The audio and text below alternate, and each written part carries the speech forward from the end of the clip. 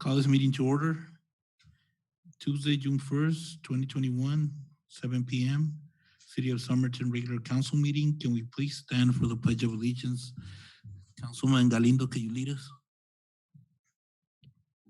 Allegiance to the flag of the United States of America and to the republic for which it stands, one nation, under God, indivisible, with liberty and justice for all.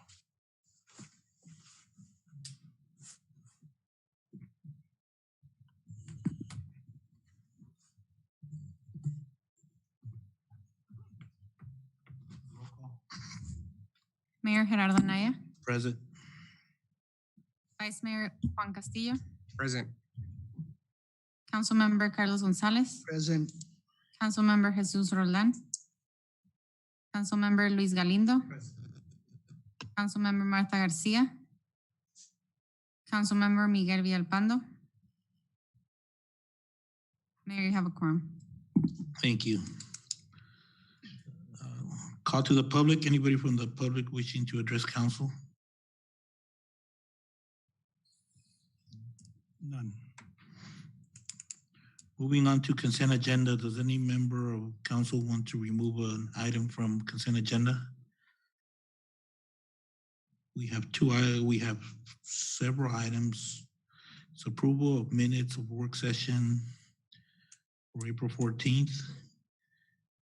Approval of minutes for work session April 20th, and regular city council minutes of April 20th, and check register for the month of April. Is there a motion? Yeah, Mayor, I move to approve the minutes for the work session February 14th, the 20th, and the city council meeting the 20th, and also for the check register for the month of April. There's a motion by Councilman Gonzalez. Second. Second by Vice Mayor Castillo. All in favor? Aye. Any opposed? Motion carries.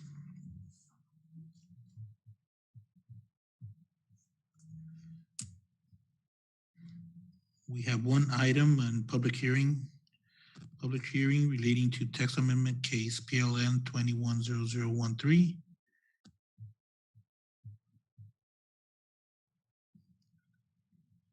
Is there a motion to enter into public hearing? Make a motion to enter into public hearing. A motion by Councilman Castillo. Second. Second by Councilman Gonzalez. Those in favor? Aye. Any opposed? Motion carries.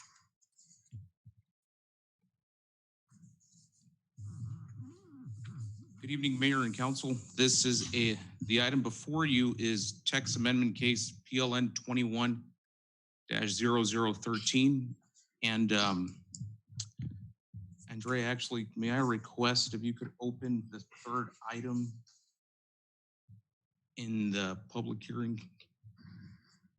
Oh, I'm sorry, I was looking at the agenda. If you could open that, yes.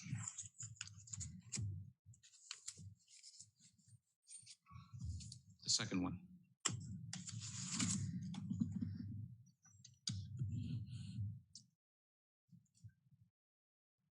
Can you go to the next page, please? Mr. Mayor and Council, the item before you is a text amendment to our zoning ordinance. Our zoning ordinance was last updated as a complete document in 2015. We've done about 4 amendments since then, but this is the largest amendment that we've done in between general updates to the zoning code. So this amendment, this case is amending 3 sections of the Somerton zoning ordinance. And these sections that we're amending relate to marijuana, swimming pool barriers, and the locations of schools. All the amendments that we are proposing tonight have gone through the process required to amend the zoning ordinance. It's been about 4 months in the making and we're almost to the end. But all these changes are either justified by changes at the state level requiring us to amend our code to reflect the change of law, or at the request of council based on the ongoing changes in trends and patterns here at the city level. So we put a lot of work into this, but tonight, this is what these amendments, the final draft of these amendments. Could you go to the next page, Andrea? So this slide here shows specifically all the sections of the zoning code which we are proposing to amend. The majority of my presentation is going to be taken up by the marijuana, item number 1. So I'd like to proceed into that one, if that is okay with Mr. Mayor and Council. Go ahead. Okay, could you go to the next one, Andrea? So the largest of the amendments is this one. Section 3.1.5M of the Somerton zoning ordinance we are proposing to replace it entirely with a new section 3.1.5M. So the old section only addressed medical marijuana. The new section addresses both medical and recreational. It creates the definitions and specifies what they are. You may recall from the work session we had back in March, there was about 4 new uses being created, but they're all in this section 3.1.5M. Also, there's provisions for testing facilities now being created in this new section. This new section also establishes which zoning districts can have marijuana establishments, and they are light industrial, C2, Main Street Corridor, Infill Incentive Overlay, Entertainment District. The section also eliminates the conditional use permit requirement, and so marijuana uses would now be permitted by right as long as they meet all the supplemental requirements. And our requirements are pretty much in line with what everyone else in the county is doing. But as long as they meet that, we would allow it by right instead of going through the old conditional use permit.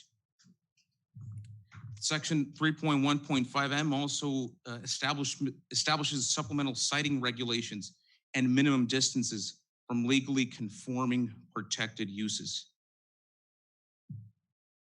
So all that is found in section 3.1.5M, the new sections that we are proposing to replace the old section. Any questions so far on this? Next page, Andrea.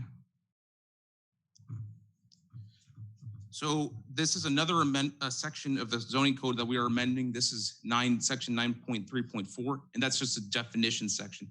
So we are inserting the new marijuana definitions into the zoning code and also for testing facilities. Next slide, please. Sections 2.4, 2.5, and 2.6, tables 2.4-1, 2.5-1, and 2.6-1. This is all marijuana. These are all tables of uses for each zoning district. Light industrial, commercial, Main Street Corridor, and so all those tables of uses will now have the marijuana uses added to the table as permitted, and it'll reference you back to section 3.1.5M. Just pull one up actually so you can see what I'm talking about. So every zoning district has this table and it's in the code, and then we're just going to insert the marijuana use into the zoning code now. Next slide, Andrea. Those are our proposed amendments for marijuana. Any questions on that amendment before I proceed to the other two? No. The other sections of the Somerton zoning ordinance that we are proposing to amend are section 3.2.6J. This is for swimming pools. Right now, the Somerton zoning ordinance strictly requires a physical barrier around all pools, no exceptions. And we are actually the only municipality in Yuma County which has that strict requirement. We hear quite often and quite frequently that Yuma and Yuma County and San Luis allow an alarm system in lieu of a barrier. So that's what we're proposing too. We are proposing to add an exception to our code which would allow an approved alarm system in lieu of a physical barrier, so long as there are no children under the age of 6 which reside at that property. So this exception would only be offered to those applicants who do not have children under the age of 6. But if your kids are older than 6, and if you choose to install an alarm system, you would now be allowed to do so. instead of having to provide that barrier. That's the only amendment. And then section 3.1.4D is, it's the section related to schools, publics. Yes. Yeah, so let's, going back to the pool requirements, the alarm system, is it gonna be some type of alarm system that they need to have, that we gonna tell them what kind of alarm that should be installed, or how is that gonna work? The Council. alarm system is a broad, alarm system is, can you explain a bit more on that, on what type of alarm system, or? Did you have something to say? As a pool owner, usually those alarm systems have an alarm installed at all the gates and the back door, so that it'll advise you, like, back door open. It'll chime whenever someone opens one of those gates or the door. So it's an alert. Usually a regular alarm company can install it, and it'll just alert you when the doors are open in the back, when someone exits the back, basically. One of the things that FEMA does, besides install just the alarm system, is they require that the gates to the outside,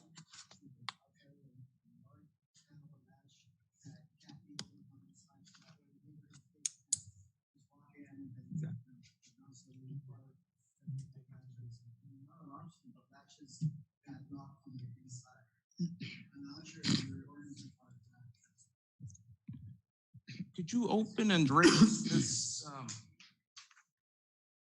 Exhibit B?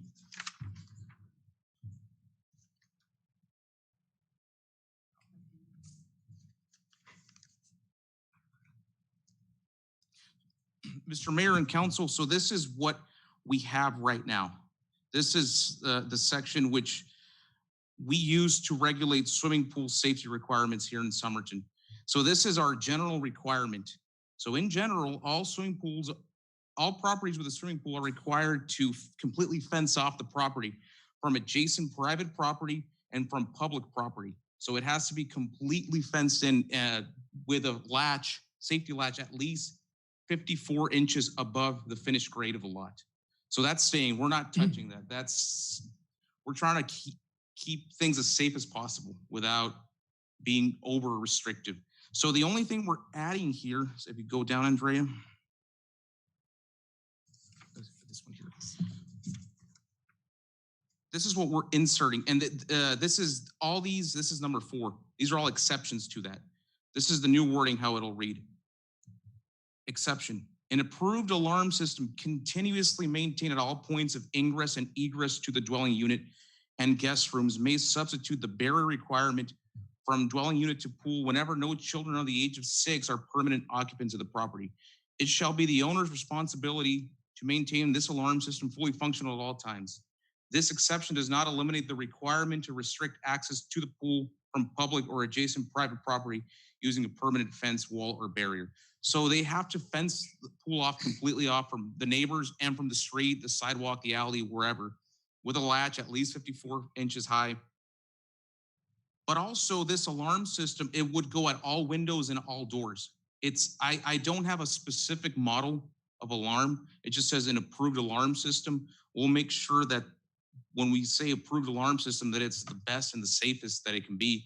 We might reach out to Yuma and Yuma County, see what exactly they consider approval or appropriate. But at this point, we just want to offer the flexibility to have this instead of having a hard barrier requirement for the pool. And this is just, the alarm is just for the house. It's not for the neighboring properties or from public property. That's still a hard requirement that you have to provide a physical barrier. And there's going to say, I'm sorry to interrupt you. No. But the, like I said, when you say alarm system, I can go to Walmart and say, I can install one myself, So like you say, it has to be something that we can probably check out how they're doing it in Yuma or any other place, that what kind of alarm system they use for this type of swimming pools, but. And I'm sure these, the pool companies, they install alarms in Yuma, they install them in the county. They know which alarm it is. It will require the same one, the same quality, the same features of alarm. It will not be a deficient system. We think that with the wording that we're proposing, we offer the flexibility, but we also have the ability to still regulate the safety of the residents. If you go just for future reference, if you go to Lowe's or Home Depot and you say, can I have a alarm system that meets the, you know, city of standards? I have a question, so just looking at this, do we, I know right now we have the physical barrier that needs to have in place and we're trying to be flexible and do the alarm. Do we really need to have either one of them? I mean, can we leave it up to the homeowner? Excuse me. Are you asking, do we need to have an alarm system or a physical? Either or. Right. Both. Yeah, because I'm just kind of thinking, I'm a homeowner. If I install a pool in my house, I have the barriers around and if I don't want to put in an alarm system, shouldn't that be a choice? Because I know there's some alarm systems that they do have a monthly fee, and then what I'm thinking is, are we going to follow up on that? Are we going to go, are we really going to be following up and making sure that they're always adhering to code? Well, if we didn't require an alarm system, we would be by far the most lenient municipality in the county, because at the very least, every municipality in Yuma County does require this alarm system. So we would be a little under the baseline for safety requirements in that front. Your other question is if how we're going to enforce the fact that the alarm system works. The wording, how it's worded, is that it shall be the owner's responsibility to ensure that this alarm system was fully functioned at all times. We are not planning to conduct yearly inspections at this point. I don't think anyone does, anyone in Yuma County, but it's just, I think it's one of those things. It's like smoke detectors. You have them at your house, and it's in your benefit that they work. They're life safety features, and I think at the very least, having this alarm system, we as a city can say that we did our part to try to keep these residents safe. So if you're asking if we shouldn't require anything, my opinion is that by passing this amendment as worded, I think we're in line with the rest of the county. We're being flexible. And I think at the very least, we should require an alarm system. Whether the owner is going to keep it functional, well, we can't be babysitting people on this. So that's what I have. So if we approve this amendment, it's not going to take effect.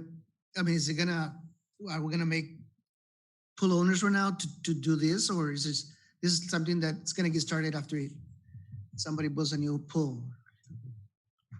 Councilmember Gonzalez, so this would take effect, if all goes well, 30 days after the second reading of this ordinance, if it's approved tonight. So this amendment wouldn't take place sometime until mid-July.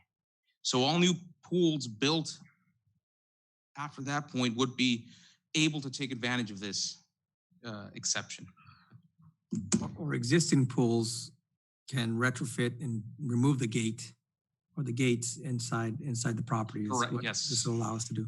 Those that have. Yeah, I missed that part of the question. Yes, so if you built your pool 2 years ago, and you weren't given this option, you could update your pool at this point after this is passed. But this won't take effect until July 6th if we continue on schedule. The people I know have removed their fences anyway. So. Just to go back to Councilman Castillo's question, I think overall, eliminating or reducing, children drowning should be a concern for the community, and that's why we just don't flat out eliminate and say you can do whatever you want with your pool. I think overall the council is in the best position to protect the community. I think Fire would also agree that it's such an important thing. We hear of children drowning in pools. It's a big area of concern for Somerton, I think, as we go forward. The,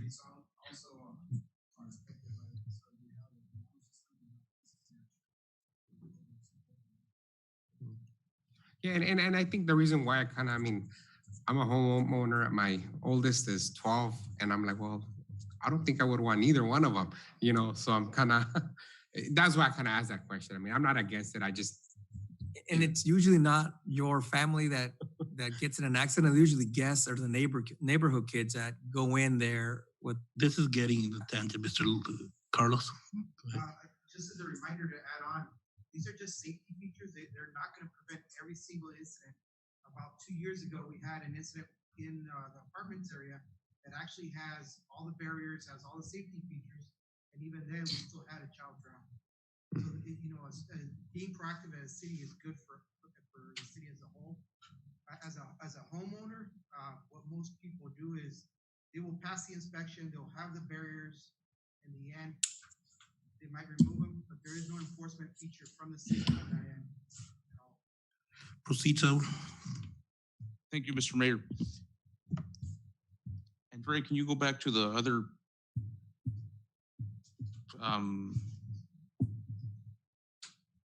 the presentation?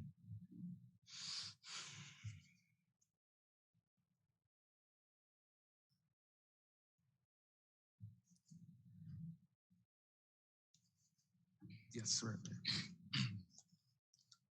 Okay, so the last section of the ordinance that we're proposing to amend is section 3.1.4D, and this one has to do with the location requirements for schools.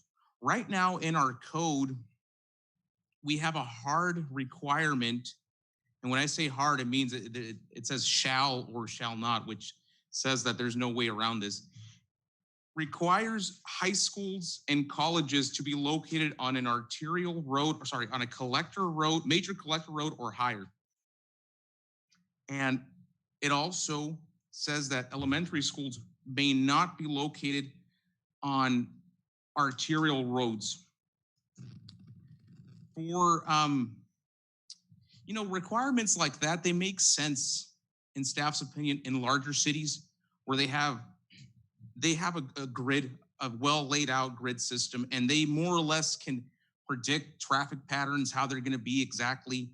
And they have all the room in the world to grow and where they can be more selective of where schools can go, where their colleges, where their high schools, and they have about 5 schools a year being built. So a requirement like that makes sense in a place like that. But in a place like Somerton, where we have the roads that we have, and they're the classification that they are, and we have the land that we have, and land is valuable and it's kind of hard to come by. Sometimes we don't have the luxury of where these institutions, these schools can go.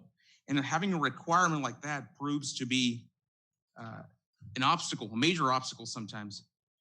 And we think that we are proposing actually to eliminate that wording and replace it with, actually just eliminating that requirement. What we would do in every instance though, whenever there's a major school coming, if staff believes that that's the appropriate measure, we would require a traffic impact study for every school.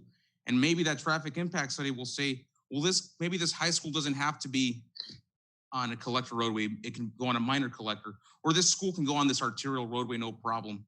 But we are proposing to eliminate the requirement, and if needed, we would require a traffic impact study. That is it. That's good. That is the conclusion of my presentation. I have a question on the marijuana. Yes. The distances from establishments is the same as liquor stores? That was a direction from council. Is that it? Yes, Mr. Mayor, yes, 300 feet. Okay. The other thing on the where is it? On the distance from a restaurant or bar on the 100 feet, to me, that just doesn't do anything. The common sense, someone wants to go get something, they can walk 100 feet or 200 feet and go back to a restaurant or bar. So, and I only see one establishment that it would affect, and there's an empty building there. So if something comes on board, so at least for me, that would be a requirement that I would take out on that. I just don't see it makes, I guess, people feel good that we're doing something, but in reality, 100 feet, it's not going to, and It's the width of 2 lots. yeah. It's not a whole Yeah, lot. so to me, I would suggest that we remove that if council is in favor, but I'm okay. no. Is that only for the mixed use district or the properties Where is it? It's not on this presentation, but it's going to be on the ordinance. On the ordinance mixed use. So what can you explain what that difference would be? Can you open section, this exhibit A, Andrea, please? This one here, go down, please. I would think Main Street, at least that would be what I'm looking at.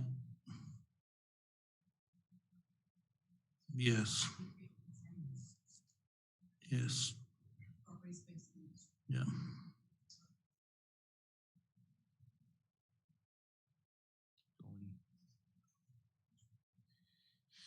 Keep going.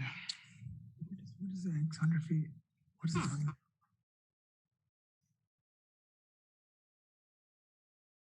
There we go. Actually, no, Andrea, go up. It's a lengthy amendment, as you can see. It's 39 pages of exhibits. Yeah, So- don't read it. Right there, right there. Okay. Okay. So number 4A, it says no medical marijuana dispensary, marijuana establishment, or dual licensee shall be located within 300 feet. And that's similar to liquor sales, right? Yeah, so the next one was the one. And then, oh, the one below, okay, B. Can you scroll down a little bit, Andrea?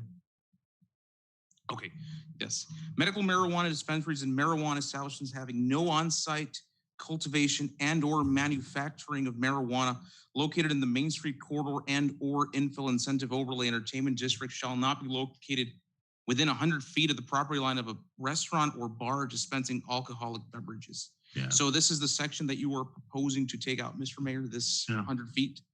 Yes. The other question I have on the cultivation and transportation of marijuana, how did that come about? Why wouldn't someone be able to cultivate and transport? If it's, I know it's federally it's not allowed, but it's not something that, or is it a state law if it is? If not, if someone wants to come and cultivate and transport, then that, why are we regulating that? So we are allowing cultivation in this, under But this. not transportation. Well, we're not specifying that it's not allowed. If it's allowed at the state level, we don't, I don't really, Jorge, do you want to comment on that?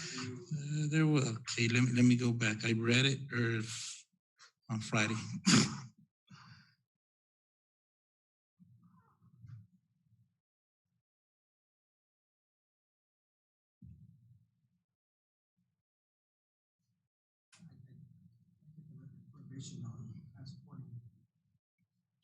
Maybe it's in the ordinance. No, she was here.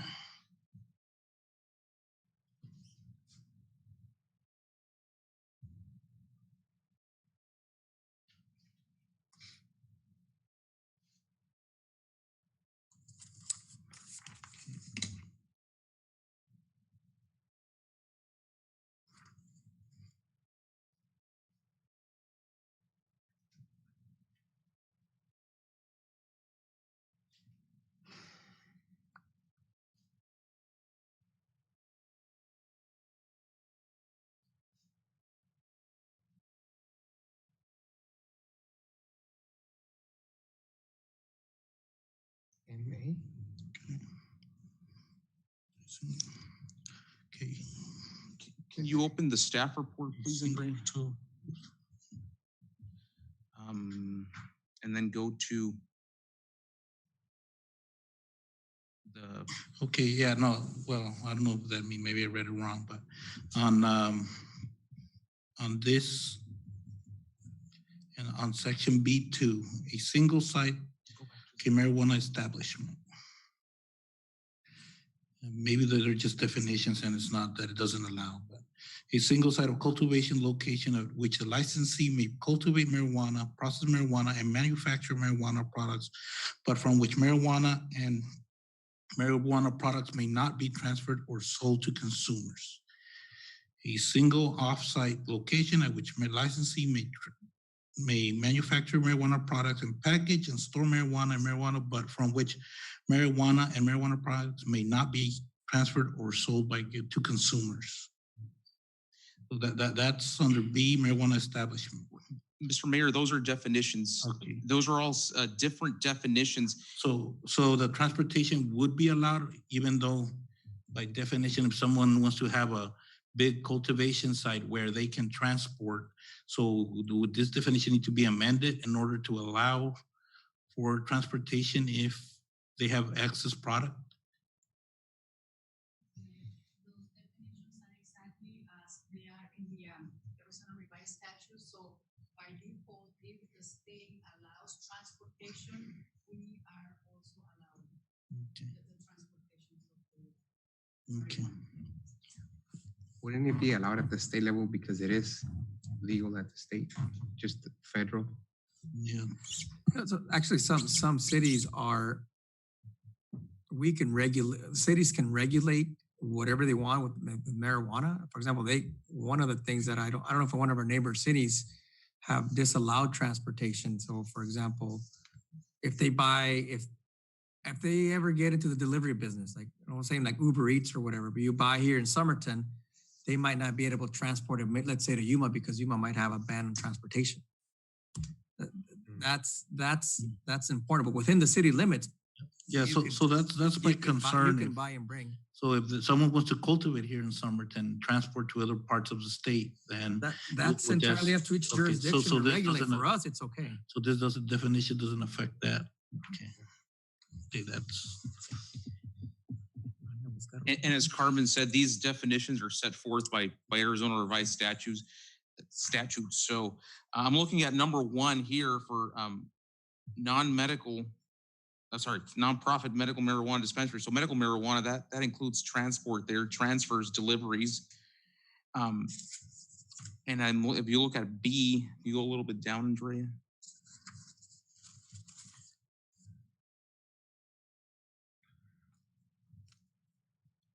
I think that for recreational cultivation, if there's no difference in the plant, I'm no expert, but I believe there is no difference in the plant. And I think if someone wanted to cultivate wholesale to distribute, I think we could classify that as under under the B, marijuana establishment, or if it's medical, then we'll do it under A.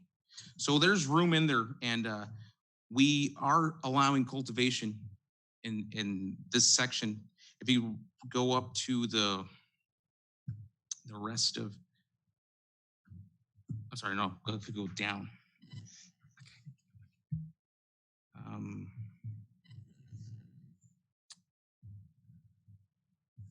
So we have sections which regulate where cultivation can go and where retail and cultivation can go. So we're covering all the bases there for cultivations. We've geared it so that if a cultivation operation does come, it'll be ready. And if the state allows transportation and deliveries, then we will as well. Thank you. Can you go back to the presentation, Andrea, please?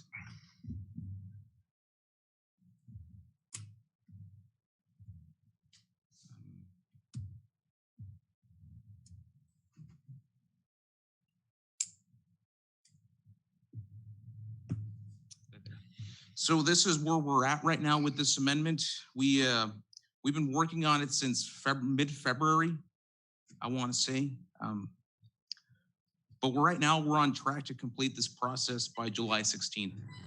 And that's when the ordinance will become effective, if approved tonight and if approved at the next council meeting for the second reading. Thank you. And that concludes my presentation, Mr. Mayor and Council. Any other questions or comments? Is there a motion to close public hearing? So move, Mayor. It's a motion by Councilman Gonzalez, second by Councilman Galindo. Those in favor? Aye. Any opposed? Motion carries. Is there a motion to approve text amendment case PLN21-00013? So move, Mayor. It's a motion by Councilman Gonzalez.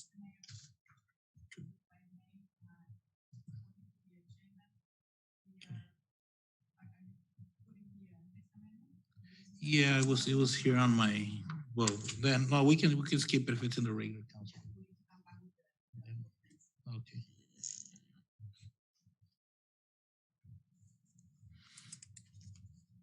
So, yeah, we're gonna go to new business. Thank you, Mr. Mayor. Item number 1, discussion and possible action to authorize Somerton Cocopah Fire Department to apply for the Tohono O'odham Nation's grant for 2021 revenue sharing program. Good evening, Mayor and Council. Tonight's agenda item is regarding a letter that we received a couple days ago from the Tohono O'odham Nation, where they're allowing us to apply for their gaming revenue, profit sharing revenue. Sorry. Just a little history on that is in 2003, state of Arizona required that all the gaming establishments, casinos, they had to share at least 12% of their revenues that they at the end of the year. So this year we were able to be invited to apply for that. Part of the requirements for us to be able to apply for it is that they actually need a letter saying that we are allowed by the city to go after it, and that we are willing to execute if they are to grant us funding. Just as a little background, also part of the funding that we would like to apply for is we want to go for 24 sets of firefighter turnout gear. That cost would be approximately $120,000. There's no, I don't have a solid number yet till I get permission to follow through on the grant. But if we were to secure those monies, it would be a burden that the city would not have to incur. So the permission that I'm asking for is if both public safety departments can apply for this, because it's open for both of us, because they deem it a priority area. So it would be for police and fire. If we were to get this, we would ask if we could have a letter to allow us to apply for it. Is this the first time you're applying for this grant? Yes. Thank you. Any questions, comments? Make a motion to authorize the Somerton Cocopah Fire Department to apply for the Tohono O'odham Nation's grant. It's a motion by Vice Mayor Castillo, Second. second by Councilman Gonzalez. Those in favor? Aye. Any opposed? Motion carries. Thank you.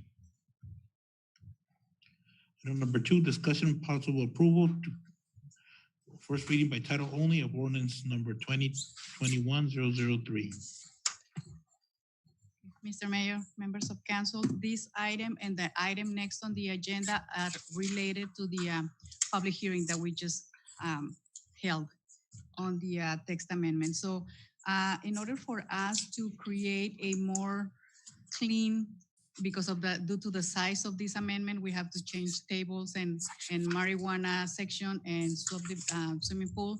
What we have decided to do is to split it in 2 different ordinances. One that it's only relating to the marijuana changes, and the second ordinance that is the next item on the agenda is for the changes on the swimming pool regulations and the school regulations. So the 2 ordinances are correlated to the public hearing that we just had.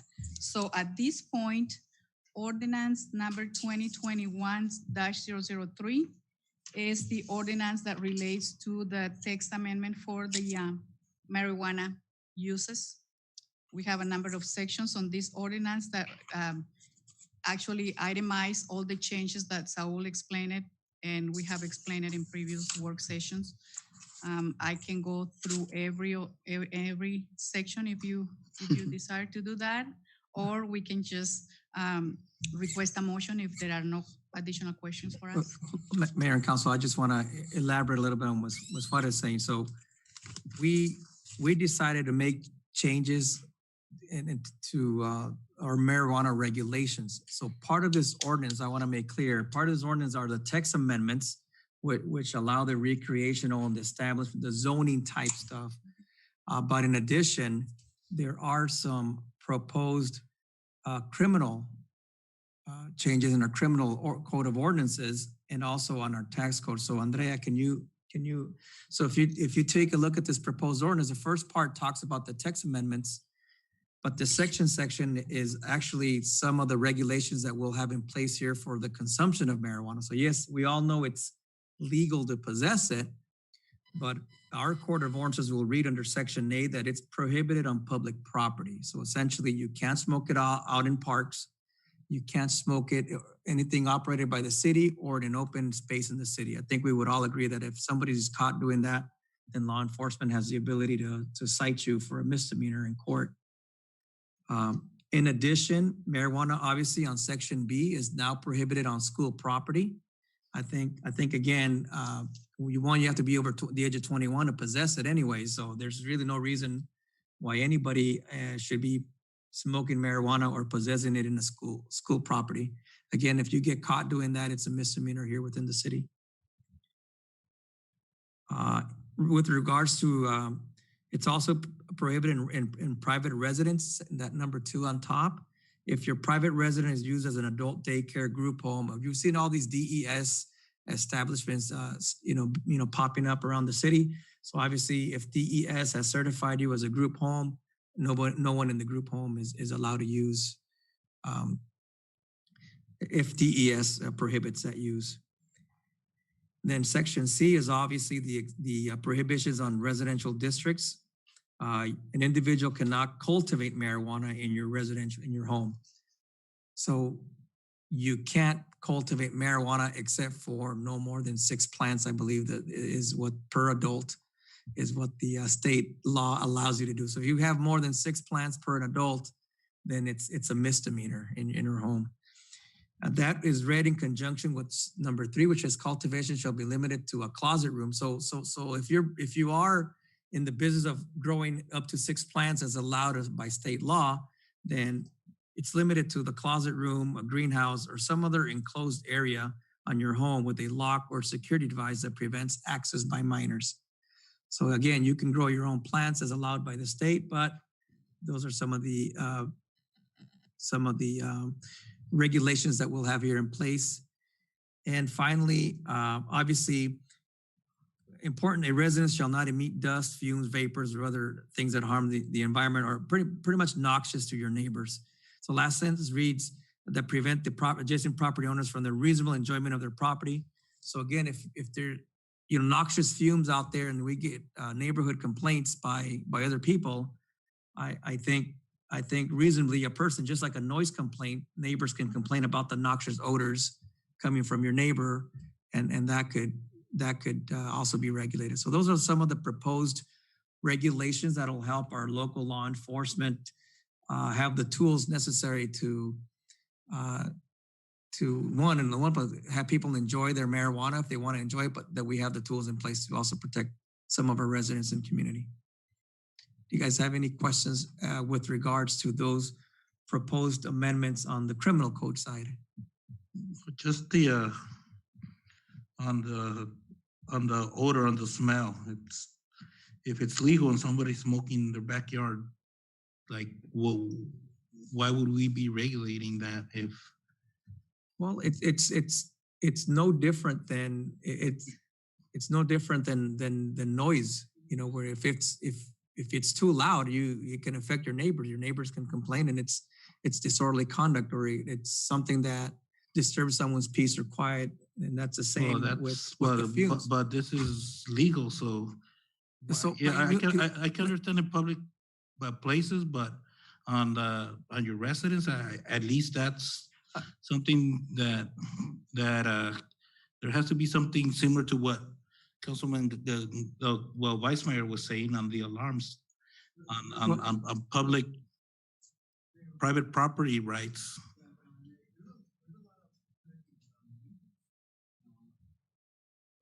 As long as you don't disturb the neighbors, for example, the city attorney sound, you can play your music, that's legal, but then if it gets involved with the municipal, it becomes a city violation. I've had complaints, or I've had situations where people don't clean the yard, and the smell goes over, and they'll complain to the police, And that's what I'm saying. If it's a nuisance, I can understand, but if somebody and it's legal, then I think, I know we're all kind of worried about this, but it was approved by voters. So you get someone that, it's like smoking a cigarette. Like you're smoking a cigarette. Yeah, it's annoying. So people don't like it, but if you're at your home, then so be it. And Mayor, I wasn't in favor of not allowing smoking in parks. If someone wants to smoke at a park, then that's not marijuana, of course, it's new, but I'm talking cigarettes. But I'm saying at my home, what I do is my own business, and so if we could, so at least my thing, it would be it would be more like similar to what we did with the noise ordinance. We have some oversensitive people, and then we made it more. We made it harder to. Mayor, I think we should give the police the tools necessary to try it out. If it's being abused by neighbors, and that's something that we might have to go back and amend. But until we try it out. And I don't agree with that. So I think it's council's decision. I understand if it's legal, but if we're gonna get oversensitive people and disturbing somebody that, that's doing something legal, then that to me is. The way I looked at it is, Mayor, it's a lot of process, and I do agree with you because I have a lady that sells tacos by my house. The meat smells is so nice and good. I'm not gonna tell her to stop doing that because I'm getting hungry. You know what I'm saying? So you can't really control if someone is smoking in your neighbor's backyard or what have you. The same thing with this, it is what it is. And if, I can smell it, I can say to whoever's close to me, someone's smoking pot. That's it, What I'm gonna jump over the fence, hey, stop smoking pot, whatever, especially if it's legal. So, I do agree with the mayor. So, and I understand you as well, but just as a side, we've all smelled it coming from the neighbor's house, and it's one of those things that why start when it's legal? That to me is just over regulating, and that's something that. Yeah, and I think also, I can't imagine there being an emergency and then having one of our officers being tied up on a call like this. To me, I do agree. If it's legal, that's what the voters voted for, and we're just adhering to what our constituents really voted for. I kind of understand, if it's one person, the smell is going to go right away. But if it's a party and there's 40 people and 40 are smoking, then it's like the noise. Exactly. Maybe we should personal use, yeah. And if it's one person too, the wife and the husband out there, it's okay. I think so. Nobody's going to complain. But if you have a party and there's 40 people and all 40 swimming pool party. Swimming pool party, and they're all smoking like those. If it's all adults, if it's kids. What about? We have laws that regulate kids, and police have. It's similar to alcohol. If there's alcohol, police doesn't go in there. But if there's kids and when they have the tools, so that's what I'm saying. It's like, Mayor, I think one of the things that this is similar language to what the city of Yuma uses to regulate that.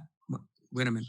But remember, at the end of the day, really the person in charge of really charging and moving these cases forward will be the city prosecutor. So I think you have to give us the tools so that police can go out there, and if there's a valid complaint that they look into it, other than say, well, there's nothing we can do if there's a party with 40 people out there smoking with children around, you tie their hands.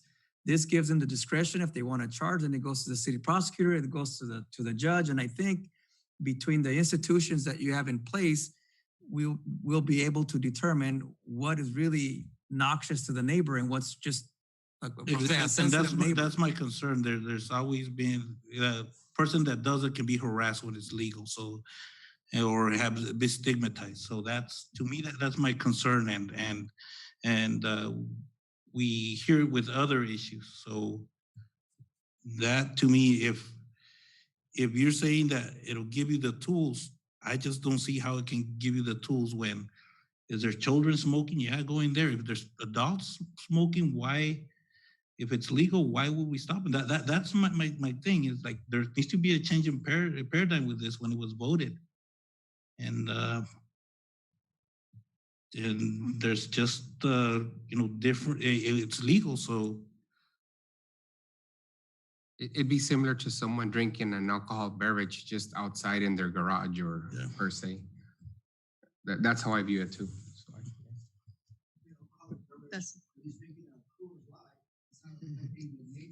Doesn't smell. But they're both legal. Smoking a cigarette, are we gonna make it illegal too? Because I don't like the smell of cigarettes. Just actually, smoking cigarettes is legal, but you can't smoke it in here, can you? No, and we wouldn't allow it here. We would not allow it here. But at my home, I can smoke a cigarette if I want, and I don't want my neighbor, not because he doesn't like me smoking a cigarette, coming and calling the police. That's what I'm. That's what I'm seeing with this. I do the police department. Yeah.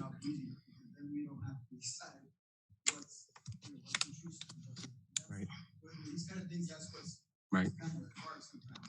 Yeah, and we're leaving it to the police, and then we're gonna get calls that, hey, they're coming. Why are they coming? This is legal, and I'm doing it at my place. Like I had, so we're the ones that are gonna be hearing it, and like I said, if children minors are using it, it's illegal. So we have the tools.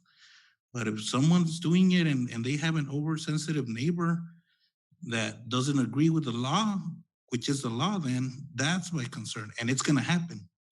And we're gonna be hearing it.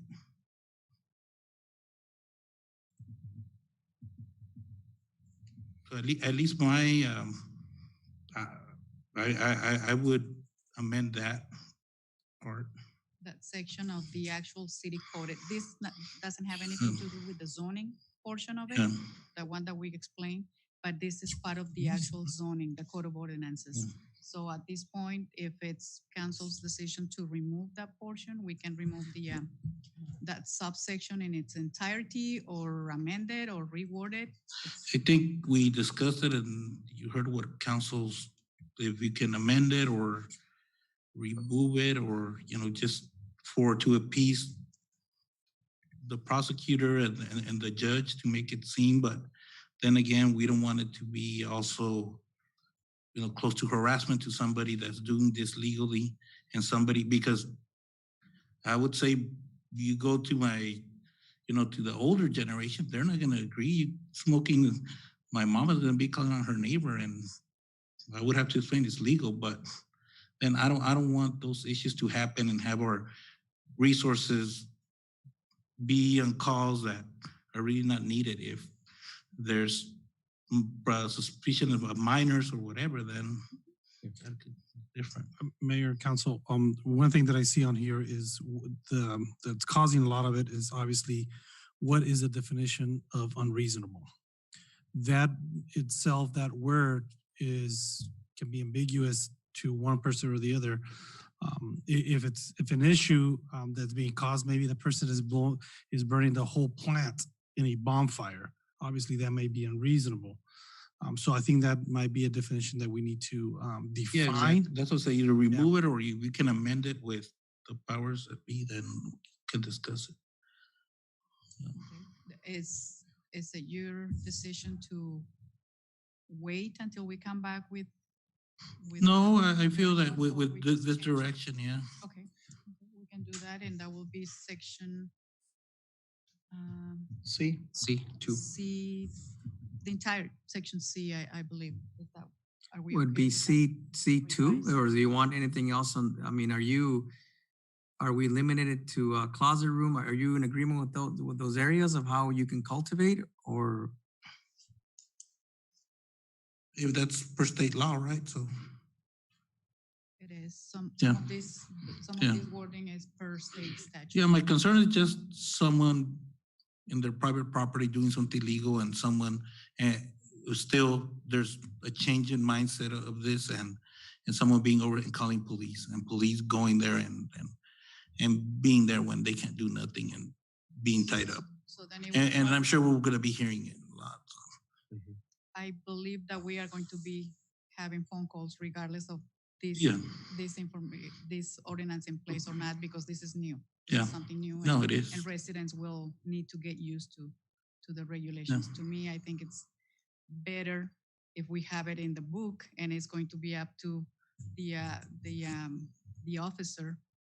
But I mean, we can come back with a reword on C2, I believe, subsection C2. Wherever that the way we can residents' reword. part is.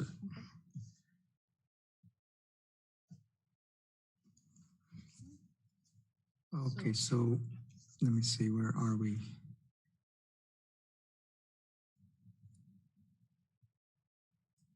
So everything else, Mayor and Council. will be of- Hold on, Carmen. So if you scroll down to section section C6, obviously we do follow the model tax code, but there in our retail section, we wanted to make sure that we added a new section to Article 8, which is about retail sales for marijuana and marijuana products. To the fullest extent allowable by law, the sale of marijuana and marijuana products is authorized within the city from a marijuana establishment and is tangible personal property as defined by state law, subject to the transaction privilege tax. So we just wanted to make sure that that everybody's clear that marijuana as retail is taxable. Okay, so that's a section to our retail code. And that was it. That was it on new marijuana legislation here in the city. Any other questions or comments? Is there a motion to approve first reading by title only of ordinance number 2021 with the changes suggested? Make a motion to approve first reading by title only of ordinance number 2021-003 with requested changes. So motion by Vice Mayor Castillo. Mayor, just to be clear, that's the wording regarding residential use Section C. complaints, and also earlier in the public hearing, I want to make sure we get that on the record that we're eliminating that 100-foot requirement. Yeah. Those two retro bar, yes. exceptions. So motion by Vice Mayor Castillo, second by Councilman Gonzalez. All those in favor? Aye. Any opposed? Motion carries. Ordinance number 2021-003, an ordinance of the mayor and city council of the city of Somerton, amending the Somerton City Code, Article 271, City of Somerton zoning and subdivision ordinance by amending section 315M, medical marijuana dispensary, cultivation site, and replacing it with a new section entitled section 3.1.5M, medical marijuana establishment, cultivation and testing facilities, amending tables of allowed uses, amending the Somerton Infill Incentive Overlay Plan Entertainment District, table of uses, and also amending the City Code, Article 10.119, reserve, establishing Article 824, retail sales from marijuana and marijuana products, providing for repeal or conflicting ordinances and providing for severability. Thank you. Item number 3. Mr. Mayor and Council, this is the second ordinance pertaining to the public hearing that we just held. And this is the second portion of the text amendment. This is only for schools locations and for swimming pool regulations. And this one outlines just the 2 sections that are being proposed to change in the zoning code. This one doesn't have anything to do with the city code. It's just strictly text amendment to the zoning ordinance. If you have any questions? Any questions, comments? Is there a motion to approve first reading by title only of ordinance number 2021-004? So motion by Councilman Galindo, Second. second by Vice Mayor Castillo. Those in favor? Aye. Any opposed? Motion carries. Ordinance number 2021-004, an ordinance of the mayor and city council of the city of Somerton, amending the Somerton City Code, Article 271, City of Somerton zoning and subdivision ordinance by amending section 314D, schools, public or private, boarding, college, or university, by removing subsection 314D2 and 314D3, and amending section 326J, swimming pools, by adding an exception providing for repeal of conflicting ordinances and providing for severability. Thank you. Thank you. Must be on my agenda. I think that was the last item, right? Yes. Summary of current events. COVID-19 early warning results continue to be steady at a level of concern 1, which is great for us. There is a new Text Me Somerton that is actually going live, and registration is pretty simple. It's text Somerton to 91896. Then it'll pop up another text and you answer yes, and that basically ups you in to receive push notifications by text from the city, and that might be events, emergencies, street closures, or etc. Also, if you want to text us to find out information and report issues that are non-emergency, you can text us at 928-550-7075. More information will be sent out in the next couple of days for the community to be aware of. As you can hear, council chambers audio and video is almost complete. They should be complete this week. Let me see here. From Sarina, she's working on the utility billings right now, and will go out tomorrow. She's working also on the payroll budget and salary schedule numbers for mayor and council, and she'll be out Thursday and Friday. Carmen.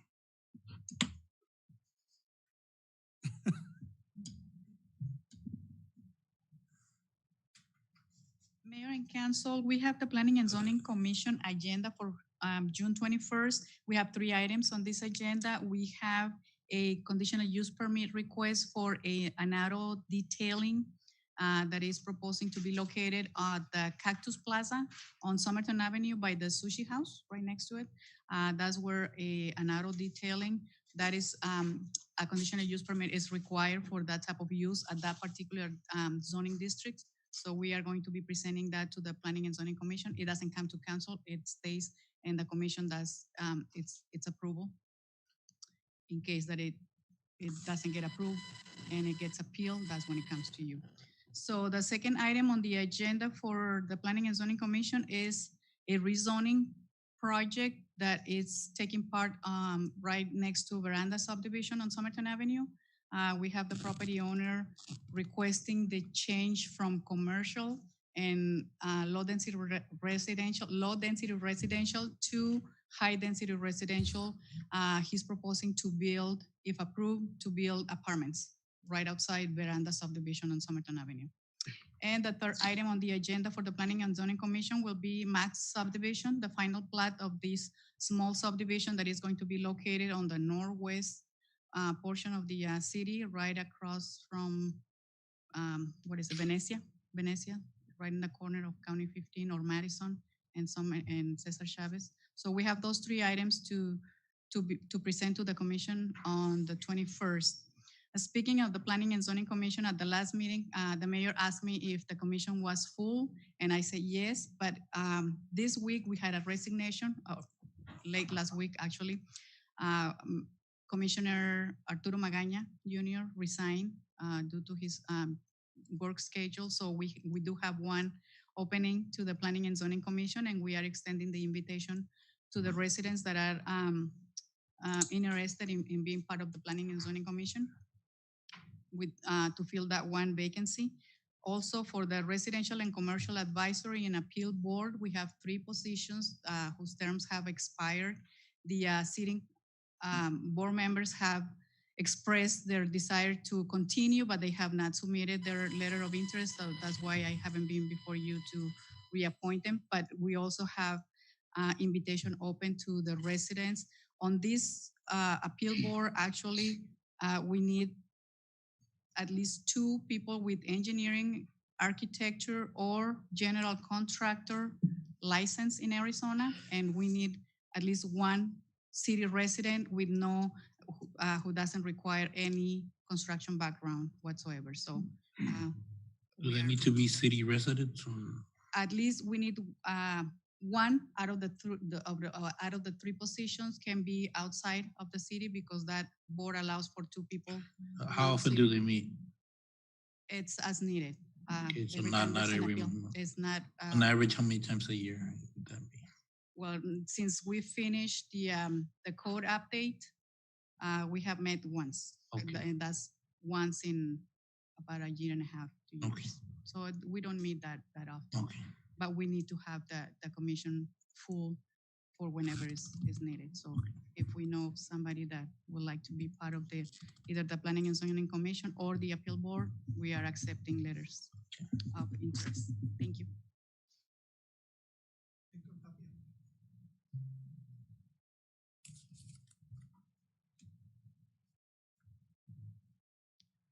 Good evening, Mayor and Council members. Just an update to the Parkview Commerce Center. We continue having a big interest right now on the commercial property, city property, but we're still we're looking for restaurants. We have 3 lots that's still available without any potential discussions. And right now we identified 3 restaurants, but not commitments yet. So as a communication to the community and public interest, I would like to open, anyone, companies or anyone that you know or from the community that you know a restaurant. We have a lot number 6. That will be an ideal location for a restaurant at this commercial development. And also, during the last couple of weeks, we work an adjustment, a lot adjustment for lot number 7 and 8 to make it a little bigger to adopt a new proposal that we have actually 2 proposals on that location right now. So we needed to adjust the size of the lot. And also, we trying to make kind of schedule to come before you soon. Hopefully, maybe the next next meeting or the following, just to present all the proposals that we have on that location. And one of the concerns that some of the applicants or the proposals that they talk to me, they want to commit and be ready to buy those properties. Right now, because the final plat is not recorded, we almost done with the CCNRs. So once we record the plat, then the new proposals will need to come before you and present one by one before we can actually continue with selling the property. Once you select each proposal, then the next phase will be to each developer to start the process of buying the property. But right now, that's the status that we are on the commercial development. Thank you. Fire Department.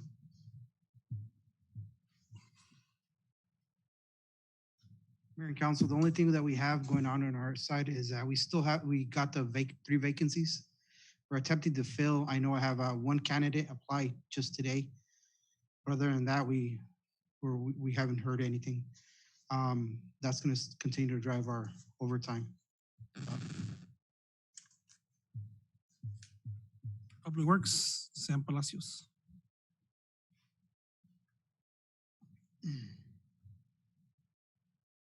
Mayor, Vice Mayor and Council, an update on the Sister Chavez project. Finally, APS crew started the poles relocation on the intersection of Main Street and Sister Chavez.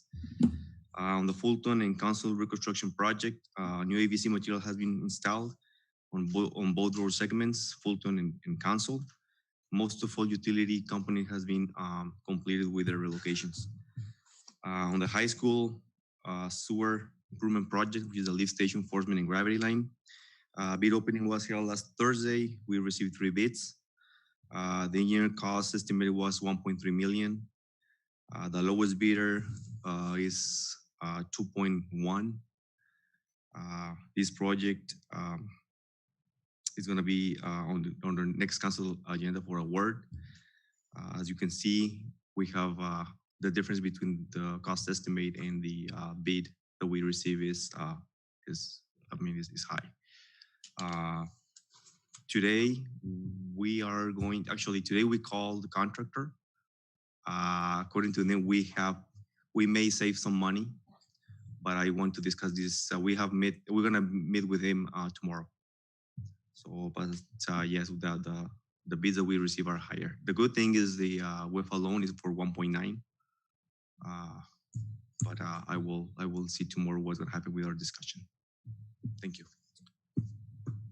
Chief Juarez. Good afternoon, Mayor, Council. We're still working a shooting that happened or began yesterday afternoon. Our officers and detectives have been working tirelessly throughout the night. They might have taken a 4 or 5 hour break to sleep a little bit, and they're still out there today. So we have just an awesome team of people that are willing to put that extra time that we need. We need them out there. We have one opening for our dispatchers. Anybody that's interested is welcome to apply through Indeed. Also, over the weekend for the Memorial Weekend, our officers worked along with the Yuma Police Department, Cocopah Tribal, San Luis PD, and Welton on a DUI task force. And I just want to remind everyone that our explorers are back up and running. So anyone that's interested, you're welcome to call 722-7326 to continue either the program or become a new explorer. Thank you. Parks and Rec, Jesus Mesa. Good evening, Mayor, Council. Just want to inform that tomorrow is our welcome back activity for our seniors. It's going to happen tomorrow at Desert Valley Senior Center from 10 a.m. to 12 p.m. Council's invited to attend. Should be fun and a nice gesture for the clients.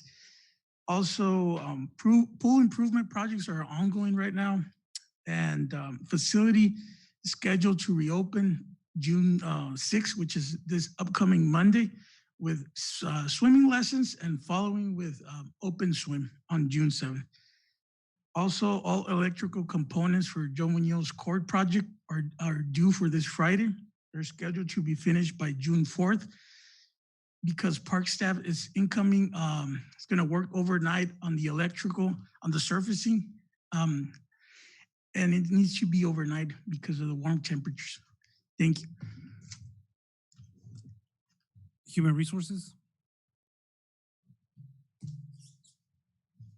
Mayor and Council, we're in the finishing stages of the open enrollment for benefits. So we've extended the deadline for 2 more days, but as of today, we have about 90% of our staff signed up for benefits. We're excited for that program to be coming to a conclusion. And as on working project is the compensation study. That concludes staff reports. Councilman Galindo.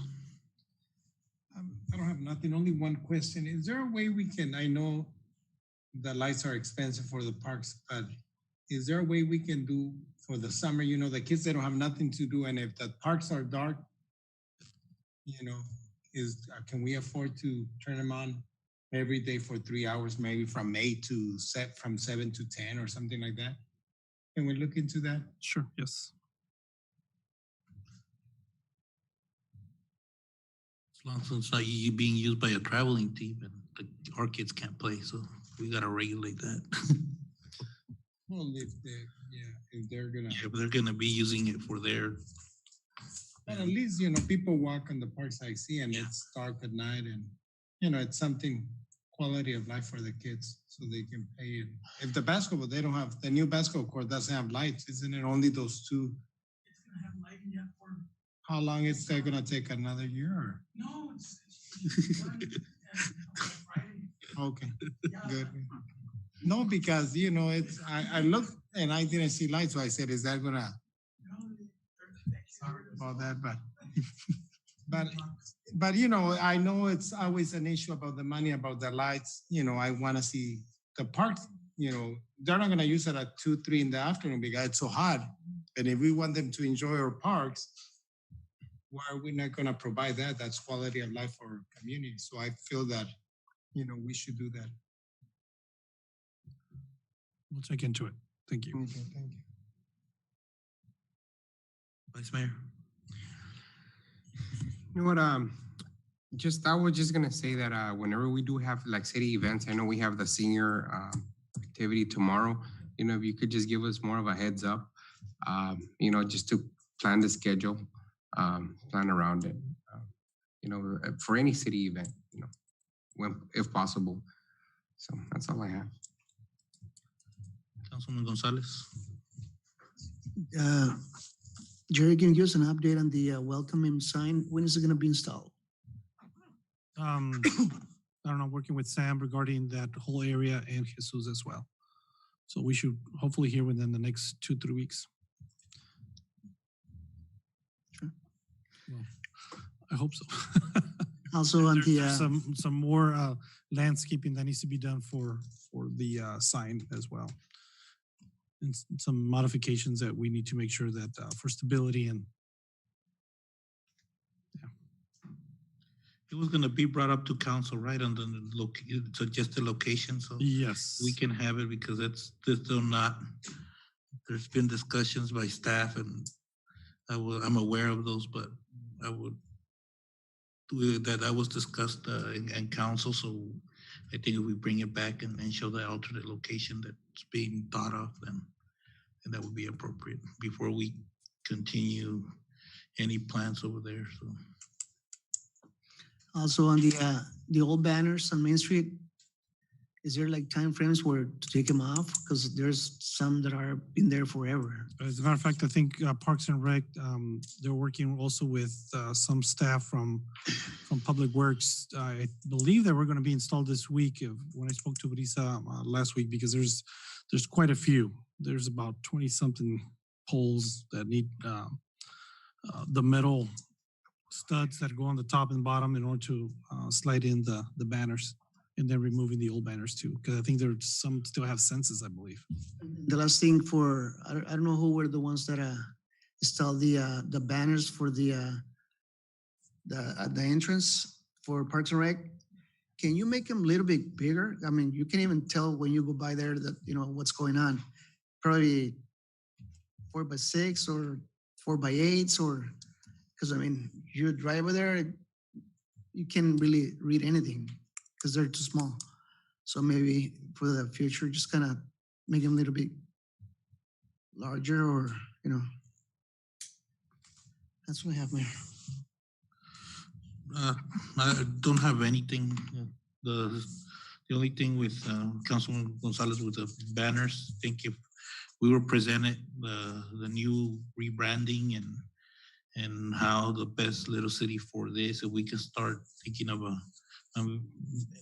having a campaign like that, making it big, and if we fix those poles with the banners, then we can start and actually have a well thought of campaign on that. It's 6:19, meeting's adjourned. So let's do the 10.3 million.